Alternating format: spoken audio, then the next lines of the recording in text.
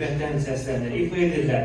Atilla Qərib və Atilla Məmmədli, həmçinin Renesans Uşaq Koru, bədii rəhbər əməkdar müəllim Mehin Orucova.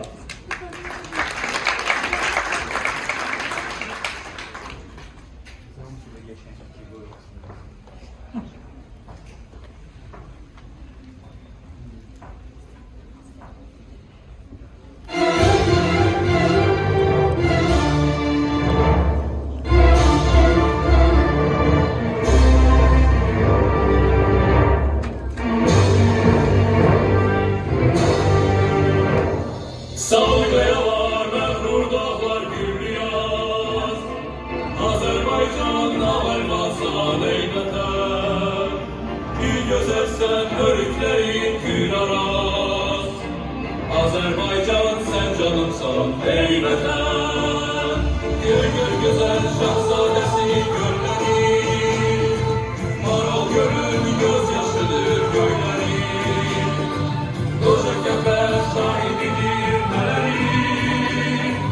Dillerden aslan olmuşsan ey vətən.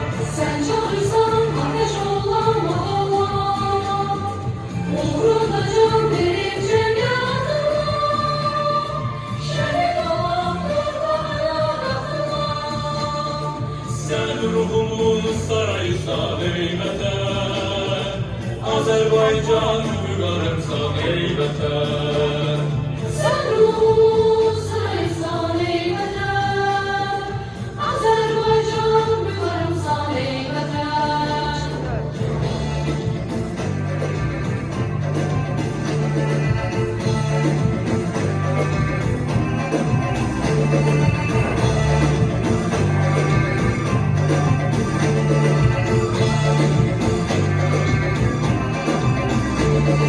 Əshab-ı Kəhf müqəddəsdir hər daşı, Nəqşi cahan gözəl Şuşa baş tacı, Azıq sənin tarix yaşın yandaşın, Şöhrətimsən sən şanımsan ey vətən.